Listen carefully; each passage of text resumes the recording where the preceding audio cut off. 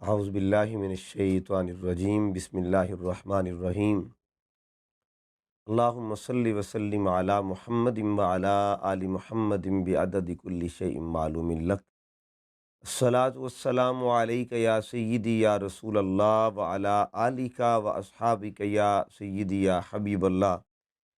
معزز و محتشم سامعین و حاضرین، قرآن مجید کا مطالعہ اور قرآنی فہم جو ہے وہ ہم سب کے لیے انتہائی ضروری ہے۔ الحمدللہ قرآنی مطالعہ کے حوالے سے سلسلہ وار گفتگو شروع کر رہے ہیں، اور آج اس گفتگو کا پہلا حصہ جس کا عنوان ہے قرآن اور اہمیت علم۔ جب ہم قرآن مجید کا مطالعہ کرتے ہیں اور قرآن مجید کی ترتیب نزولی کو دیکھتے ہیں تو اللہ رب العزت نے پہلے ہی کلام میں قرآن مجید کی پہلی آیت کے اندر اللہ تعالیٰ نے علم کی اہمیت کا ذکر فرما دیا۔ اگر قرآن پاک کی پہلی وحی کو ہم دیکھیں تو 5 آیات پر مشتمل ہے۔ اقرأ بسم ربک الذی خلق، خلق الانسان من علق، اقرأ وربک الاکرم، الذی علم بالقلم، علم الانسان ما لم یعلم۔ یہ وہ درس اول ہے، یہ وہ خطاب الہی کا عنوان اول ہے جس کا تعلق علم کے ساتھ ہے۔ اللہ رب العزت نے اپنے محبوب کریم صلی اللہ علیہ وآلہ وسلم کو قرآن کی صورت میں جو خطوط عطا فرمائے، تو پہلا جو خط ہے، پہلا جو میسج ہے اللہ کی طرف سے اپنے محبوب کریم صلی اللہ علیہ وآلہ وسلم کے لیے، اس کا تعلق نالج کے ساتھ ہے، علم کے ساتھ ہے۔ اور یہی پہلی آیت کریمہ جو ہے وہ علم کی امپورٹنس اور علم کی سگنیفیکیشن کو متعارف کروا رہی ہے کہ کیا اہمیت ہے علم کی۔ یعنی اللہ تعالیٰ جس تصور سے، جس ذکر سے اپنے کلام کا آغاز کرے، اس ذکر کو علم کہا جاتا ہے۔ پھر دیکھیے گا پہلا جو ورڈ ہے اقرا، پڑھیے، آگے فرمایا بسم ربک، علم کے ساتھ ساتھ ہی آداب علم بھی بیان فرما دیے کہ جب علم کا آغاز کرنا ہے، علم شروع کرنا ہے، علم کی بنیاد جو ہے اس کا تعلق اللہ کے ذکر کے ساتھ ہو، اللہ کی ذات کے ساتھ ہو۔ یعنی اگر علم کو علم نافع بنانا ہے اور علم کو مقبول بنانا ہے تو پھر اس کی بنیاد اللہ رب العزت کا نام بنانا پڑے گا، اس کے نام کے ساتھ علم کا آغاز کرو۔ اکثر ہمارے ہاں یہ ہوتا ہے کہ رسم بسم اللہ کہا جاتا ہے، تو یہ جو کانسیپٹ ہے، یہ جو تصور دیا جا رہا ہے، یہ قرآن مجید کی پہلی آیت دے رہی ہے۔ اگر چاہتے ہو کہ علم نافع نصیب ہو، علم کامل ہو جائے اور علم مقبول ہو جائے، تو اس کا آغاز جو ہے وہ اللہ کے نام سے کرو۔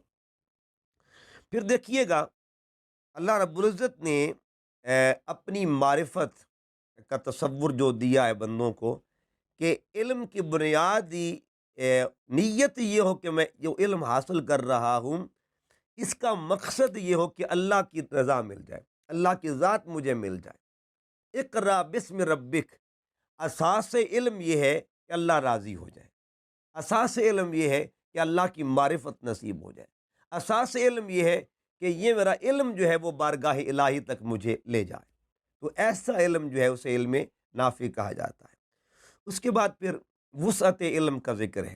اسی پہلی وحی کو دیکھیں تو پہلی آیت کریمہ ہے اقرا بسم ربک الذی خلق، اور اگلی آیت ہے خلق الانسان من علق۔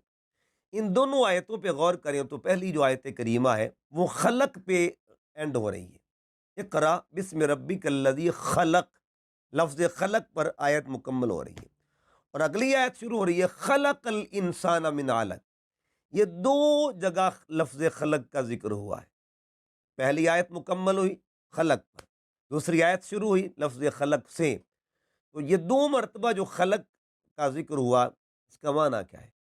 پہلا جو خلق ہے اس کو کریشن کہتے ہیں، اور دوسری بار جب اللہ نے خلق فرمایا تو اس کو برتھ کہا جاتا ہے۔ تو اللہ تعالیٰ نے پہلی آیات میں ہی انسان کی کریشن کا تذکرہ کیا، تخلیق انسانیت کا ذکر کیا ہے، اور دوسری آیت میں انسان کی ولادت کا ذکر کیا۔ یعنی دو آیتوں میں پہلے کا سبجیکٹ انسان کی خلقت ہے اور دوسرے کا سبجیکٹ انسان کی ولادت ہے۔ اللہ تعالیٰ نے کریشن اور برتھ دونوں کا تذکرہ فرمایا، اور یہ بھی بتا دیا کہ یہ جو قرآنی علم ہے اس کی وسعت اگر جاننا چاہتے ہو تو آغاز قرآن کو ہی پڑھ لو۔ اتنا وسیع نالج ہے، اتنا وسیع علم ہے کہ اللہ تعالیٰ پہلے حصے میں کریشن کا ذکر کر رہا ہے اور دوسرے حصے میں ایمبریو سائنس کا ذکر کر رہا ہے، ایمبریالوجی کا ذکر کر رہا ہے کہ انسان پیدا ہوتا ہے ماں کے بطن سے، اس کا آغاز کیسے ہوتا ہے۔ خلق الانسان من علق۔ اس کے بعد اللہ رب العزت نے جب شروع میں اگر ان آیات کو دیکھیں، انہی آیات کو، تو دو چیزوں کا ذکر ہے، دونوں دو جگہ پہ ذکر ہے۔ مثلا پہلے اللہ پاک فرماتا ہے اقرا بسم ربک الذی خلق، خلق الانسان من علق، اقرا وربک الاکرم الذی علم بالقلم۔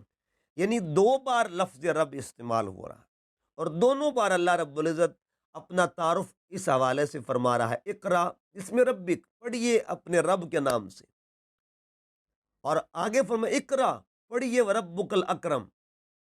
اچھا، دونوں طرف اللہ کا ذکر ہے، صفت ربوبیت کا ذکر ہے، اور تعارف اللہ تعالیٰ نے پہلی بار جب صفت ربوبیت کا تعارف کروایا تب بھی ساتھ نالج کو رکھا، اور پھر صفت ربوبیت کا ذکر کیا تب بھی ساتھ نالج کو رکھا۔ پہلے فرمایا اقرا بسم ربک الذی خلق، اور پھر فرمایا اقرا وربک الاکرم، دونوں بار فرمایا پڑھیے پڑھیے اپنے رب کے نام سے، اپنے رب کے نام سے۔ تو گویا علم اور اللہ رب العزت کی ذات دونوں تذکرے جو ہیں اللہ پاک نے پہلے وحی میں فرمائے۔ اس کے بعد پھر دیکھیے قرآن مجید کا جو ابتدائی عنوان بھی پتہ چل گیا کہ ایک عنوان ہے تخلیق اور دوسرا ہے تعلیم۔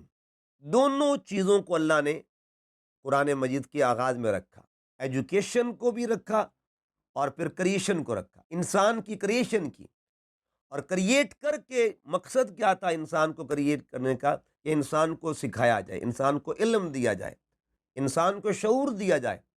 تو پہلے حصے میں اللہ تعالیٰ نے انسان کی ذات کا ذکر کیا ہے اور تخلیق کا ذکر کیا، پھر انسان کی تعلیم کا ذکر کیا۔ تخلیق اور تعلیم یہ دونوں قرآن پاک کے عنوانات اول ہیں۔ اسی طرح اب ہم قرآن مجید کا دوسرا پہلو علم کے حوالے سے دیکھیں گے۔ قرآن مجید کا جو پہلا واقعہ ہے، فرسٹ سٹوری، پہلی جو سٹوری ہے قرآن مجید کی، اس کا تعلق حضرت آدم علیہ السلام کے ساتھ، اور اگر آپ پورے اس واقعہ کو دیکھیں، اس واقعہ میں بھی ایک ہی چیز جو ہے اس کو اجاگر کی جا رہا ہے، ایک ہی چیز کو امپورٹنس دی جا رہی ہے، ایک ہی چیز جو ہے اس کی اہمیت بیان کی جا رہی ہے، اور وہ ہے علم۔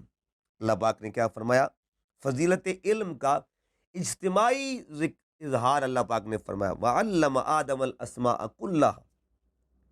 اللہ نے آدم علیہ السلام کو تمام اشیاء کائنات کا علم سکھا دیا۔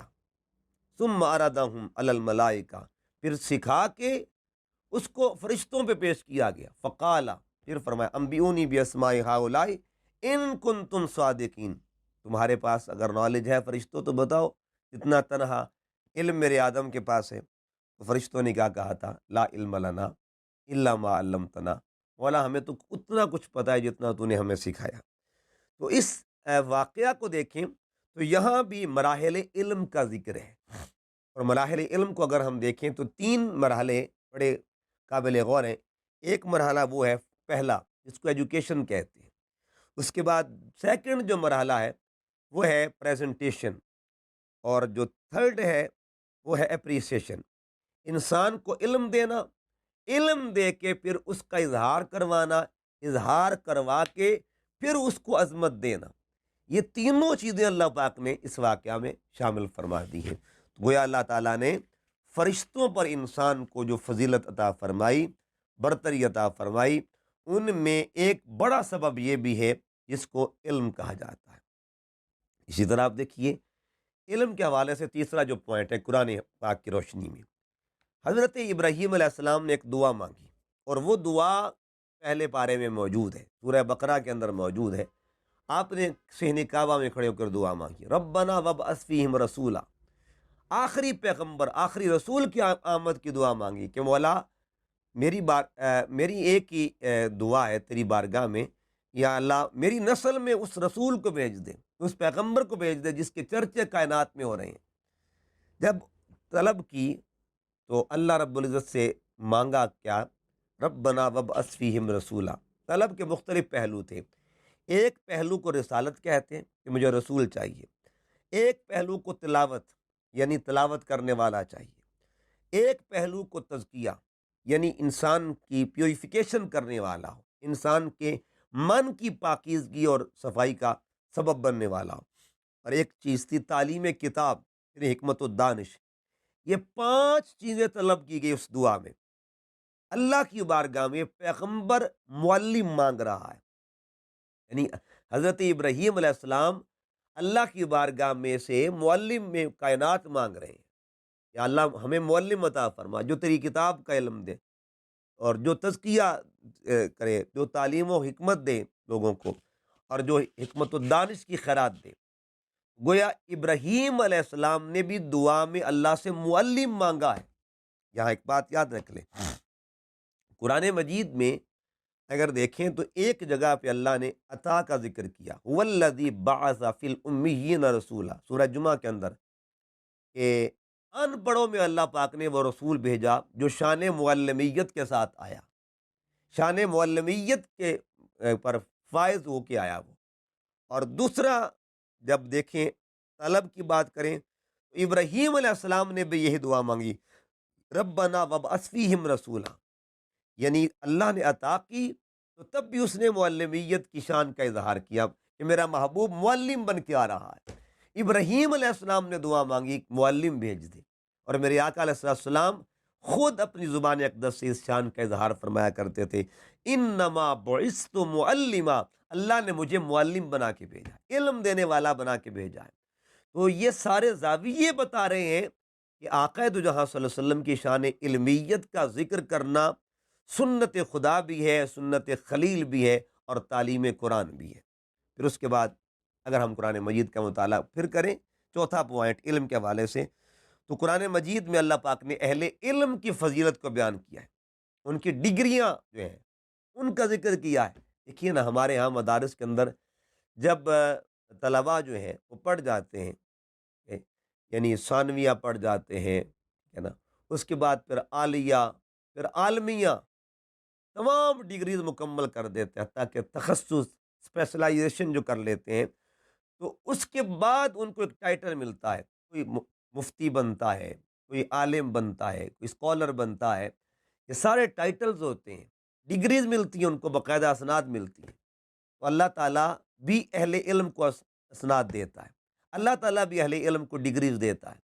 اللہ پاک نے قرآن مجید میں ان ڈگریز کا ذکر کیا ہے، وہ ڈگریز کون سی ہیں، اور وہ قرآنی سند کون سی ہے، جس کا ذکر اللہ خود قرآن میں فرمایا والراسخون فی العلم، یہ ڈگری ہے، یعنی وہ کس لیول پہ اب پہنچ چکے ہیں علم پڑھ پڑھ کے۔ والراسخون فی العلم، سورہ آل عمران کی آیت نمبر 7 ہے۔ علم میں پختگی جب بندہ حاصل کر لیتا ہے، اور ایسا علم جو ظن، وہم اور شک سے آزاد ہو، تو ایسے علم کو یعنی رسوخ فی العلم کا درجہ کہا جاتا ہے۔ علم راسخ ہو گیا، علم میں پختگی حاصل کر لی ہے، اللہ تعالیٰ نے الراسخون فی العلم ٹائٹل ذکر کر دیا ہے، اور پھر اگلا ٹائٹل فرمایا اولو الالباب، وہ اہل علم بھی ہیں اور اہل دانش بھی ہیں۔ تو اللہ تعالیٰ خود ان کی اسناد کا ذکر کرتا ہے، خود ان کے اعزازات کا ذکر کرتا ہے علم والوں کے۔ اسی طرح حضرت عمر فاروق رضی اللہ تعالیٰ نے ایک دفعہ حضرت کعب سے پوچھا کہ اے کعب، من ارباب العلم، یہ بتاؤ اہل علم کون ہے؟ تو حضرت عمر فاروق کے سوال پر حضرت کعب عرض کرنے لگے، قال الذین یعملون بما یعلمون، کہ یہ وہ لوگ ہیں جو جانتے ہیں اس پہ عمل بھی کرتے ہیں، یعنی جس کا علم رکھتے ہیں اس پر عمل بھی کرتے ہیں۔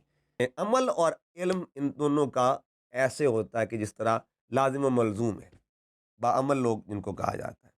اس کے بعد ایک حدیث مبارکہ ہے، اور وہ حدیث ہے آقا دو جہاں صلی اللہ علیہ وسلم نے فرمایا فضل العالم علی العابد کفضل القمر لیلۃ البدر علی سائر الکواکب، یعنی ایک عالم کی فضیلت عابد پر ایسے ہے، عام بندے پر نہیں، عبادت گزار پہ فضیلت ایسے ہے کہ جیسے 14ویں رات کے چاند کی فضیلت تمام ستاروں پہ ہوتی ہے۔ اس کا مطلب یہ ہوا، یہ تصور مل رہا ہے کہ اللہ درجات دیتا ہے، مدارج عطا فرماتا ہے اہل علم کو۔ اور دوسری حدیث پاک کیا کمال کا زاویہ ہے، فضل العالم علی العابد کفضلی علی ادناکم، آقا علیہ السلام فرماتے عالم کی فضیلت عابد پر ایسے ہے جیسے میری فضیلت تم سے ادنا لوگوں پر ہے، یعنی جو میری فضیلت تم میں سب سے کم درجے کے جو لوگ ہیں ان پر ہے۔ اس کے بعد اگر ہم قرآن مجید کا مطالعہ کریں تو حصول علم کے لیے دعائیں جو مانگی گئی ان کا تذکرہ ہوتا ہے۔ دعائے کلیم، حضرت موسیٰ علیہ السلام اللہ سے دعا کرتے تھے، اور اس دعا کا تعلق بھی حصول علم کے ساتھ ہے، طلب علم کے ساتھ ہے۔ رب اشرح لی صدری ویسر لی امری واحلل عقدۃ من لسانی یفقہوا قولی، ایک ایک جملے میں اشارہ علم مل رہا ہے۔ پھر آقا دو جہاں صلی اللہ علیہ وسلم، آپ کی ذات طیبہ کو دیکھا جائے تو حضور علیہ السلام کی ذات پاک، آپ بھی اللہ کے حضور دعا فرماتے تھے ربی زدنی علما، اے اللہ میرے علم میں اور اضافہ فرما۔ حالانکہ اللہ پاک خود فرماتا ہے وَعَلَّمَكَ مَا لَمْ تَكُنْ تَعْلَمْ، حبیب آپ کو ہم نے ہر وہ علم دے دیا جس کو آپ نہیں جانتے، ہر وہ علم عطا فرما دیا، یعنی آپ کو علم کامل عطا کر دیا، کوئی گوشہ خالی نہیں ہے آپ کے علم کا۔ لیکن اس کے باوجود تعلیم امت کے لیے اور اظہار تشکر کے لیے آقا دو جہاں صلی اللہ علیہ وسلم عرض کرتے ہیں کہ مولا میرے علم میں اضافہ فرما۔ پھر دیکھیے گا جتنے بڑے بڑے مناصب ہیں، منصب ہیں، ان کے ساتھ آپ دیکھیں گے علم کا تذکرہ ضرور ہوگا۔ جہاں منصب کا ذکر ہے وہاں علم کا ذکر بھی ہے۔ اب دیکھیے منصب رسالت کو دیکھ لیں، قرآن مجید میں جہاں اللہ تعالیٰ نے منصب رسالت کا تذکرہ کیا ہے وہاں علم کا ذکر بھی کیا ہے، یعنی کتنی اہمیت علم کی کہ جو بڑے بڑے منصب ہیں ان کے ساتھ اللہ تعالیٰ علم کا تذکرہ فرما رہا ہے۔ کما ارسلنا فیکم رسولا منکم یتلو علیکم آیاتنا ویزکیکم ویعلمکم الکتاب والحکمہ، سورہ بقرہ کی آیت نمبر 151 ہے۔ اس میں جہاں رسالت کا ذکر ہے وہاں نالج کا ذکر ہے، علم کا ذکر ہے وہاں۔ اور اس کے بعد پھر دیکھیے حضرت داؤد علیہ السلام، اللہ کے رسول گزرے ہیں، ان کا ذکر سورہ بقرہ کی آیت نمبر 251، اللہ تعالیٰ جہاں ان کا ذکر فرما رہا ہے وہاں ان کی شان علمیت کا ذکر، وَآتَاهُ اللَّهُ الْمُلْكَ وَالْحِكْمَةَ وَعَلَّمَهُ، کہ اللہ پاک نے ان کو علم عطا کیا، بادشاہی دی، حکمت عطا فرمائی۔ تو یہاں جہاں ان کا تذکرہ ہے حضرت داؤد علیہ السلام کا، وہاں ان کے علم کا ذکر بھی ہو رہا ہے۔ حضرت عیسیٰ علیہ السلام، ان کا تذکرہ دیکھیے سورہ مائدہ کی آیت نمبر 110، اللہ پاک فرماتا ہے وَإِذْ عَلَّمْتُكَ الْكِتَابَ وَالْحِكْمَةَ، ہم نے تمہیں علم اور کتاب و حکمت کا علم سکھایا ہے، یعنی کتاب کا علم بھی دیا اور حکمت کا علم بھی عطا فرمایا۔ اب یہاں دیکھیے یہ منصب رسالت، منصب نبوت، جہاں اللہ کے رسول و نبیوں کا تذکرہ ہو رہا ہے وہاں علم کا ذکر ہو رہا ہے، ساتھ نالج کا ذکر ہو رہا ہے۔ پھر دیکھیے خلافت کو دیکھیں، جہاں خلافت کا ذکر ہوا وہاں علم کا ذکر ہوا۔ حضرت آدم علیہ السلام کے بارے میں فرمایا انی جاعل فی الارض خلیفہ، اور ساتھ ہی اللہ فرماتا ہے وعلم آدم الاسماء، خلافت بھی عطا فرمائی اور علم سے بھی نوازا۔ پھر دیکھیے گا ولایت کا جب ہم تذکرہ کریں گے، بہت بڑا منصب ہے ولایت کا، جہاں ولی کا ذکر ہوگا وہاں علم کا ذکر بھی ہوگا۔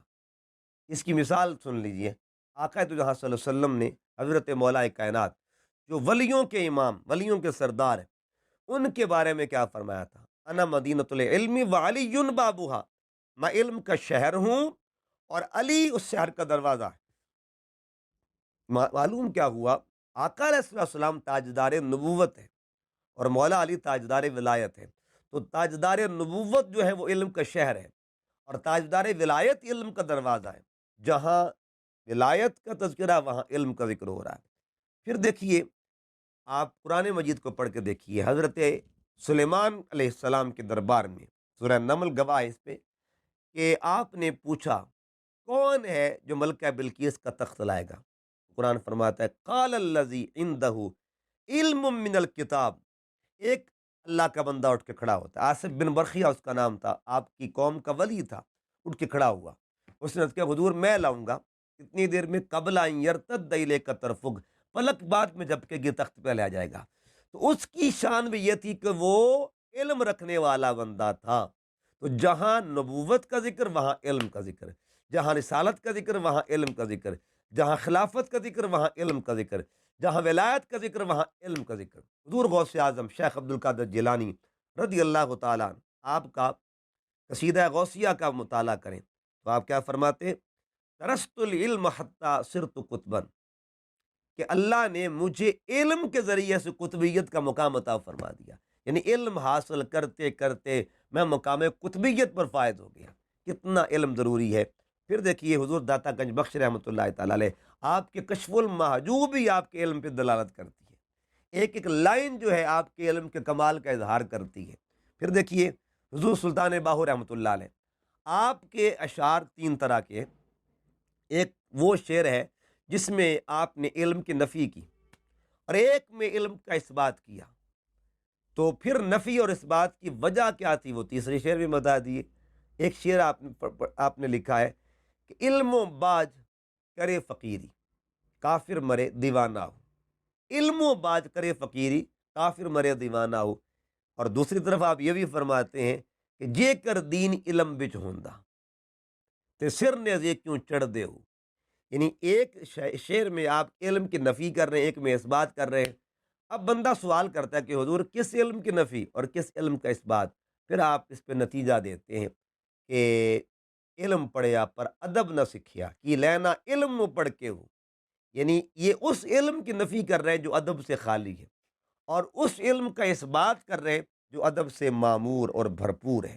لہٰذا قرآنی آیات کا مطالعہ کیجئے، قرآن مجید ہمیں پیغام دے رہا ہے کہ علم کتنا ضروری ہے۔ پھر دیکھیے گا، آخری بات عرض کرتا ہوں اس حوالے سے، اور انشاءاللہ یہ مضمون آگے چلے گا، دلائل علمیہ کو لے لیں۔ یہ دلائل دینا بھی تعلیم قرآن کا حصہ ہے۔ اللہ پاک نے قرآن مجید میں یعنی علم کا ایک جز یہ بھی ہے کہ دلائل دیے جائیں۔ اچھا، وہ دلائل کس طرح دیے جاتے ہیں؟ پہلے پارے میں اللہ پاک نے فرمایا فاتو بصورت من مثلہ، کہ قرآن کی ایک صورت جیسی صورت لا کر دکھا دو، چیلنج کر دیا۔ گویا اللہ پاک نے یہاں دلیل بنا دیا قرآن کو بے مثلیت، علم کے کمال کی دلیل بنا دی کہ اس علم جیسا علم لا کے دکھا دو، اور کل کی بات نہیں کی، جزء کی بات کی ہے کہ قرآن مجید کا جو علم ہے نا، پورے قرآن کا علم نہیں، جزو قرآن کی مثال جیسی قرآن لا کے دکھا دو۔ ایک اور مقام پہ اللہ پاک نے فرمایا انبئونی باسماء ہؤلاء ان کنتم صادقین، فرشتوں کو دلیل کہا کہ یہ دیکھو میرے آدم کے پاس جتنا علم ہے، دلیل پیش کر دیا دیتا آدم علیہ السلام کو بنا کے پیش کر دیا کہ بتاؤ آدم کے پاس جتنا علم ہے تمہارے پاس ہے۔ اس کے بعد ایک اور مقام پہ اللہ فرماتا ہے الہ مع اللہ قل ہاتوا برہانکم، اللہ کیا اللہ کے سوا بھی کوئی معبود ہے؟ ان کو فرما دیے دلیل لے کے آؤ، علم کے ساتھ دلیل کا تعلق ہے، خود اللہ پاک حکم دیتے دلیل لے کے آؤ۔ اور پھر حضرت ابراہیم علیہ السلام کو آپ جب سورہ بقرہ کی روشنی میں تیسرے پارے کے آغاز میں پڑھتے ہیں تو آپ نے دربار نمرود میں دلائل پیش کیے تھے، توحید پہ دلائل پیش کیے، نالج اور دلیل، علم اور دلیل۔ دلیل کیا تھی؟ جب اس نے کہا جی کہ میں بھی مردوں کو زندہ کر سکتا ہوں، تو آپ نے فرمایا پھر ایسا کر فَإِنَّ اللَّهَ يَأْتِي بِالشَّمْسِ مِنَ الْمَشْرِقِ فَأْتِ بِهَا مِنَ الْمَغْرِبِ، میرا رب تو وہ ہے جو سورج مشرق سے نکالتا ہے، اگر تیرے اندر ہمت تو مغرب سے نکال کے دکھا۔ گویا ان کے دلائل کو سن کے فَبُہِتَ الَّذِي كَفَرَ، کافر مبہوت ہو گیا۔ یہ قرآن مجید ہمیں علم کی اہمیت بتا رہا ہے، علم کی امپورٹنس کیا ہے، علم کی فضیلت کیا ہے، علم کے مراتب کیا ہے، علم کے درجات کیا ہے۔ انشاءاللہ بقیہ گفتگو انشاءاللہ اگلے حصے میں کریں گے۔ وما علیہ السلام۔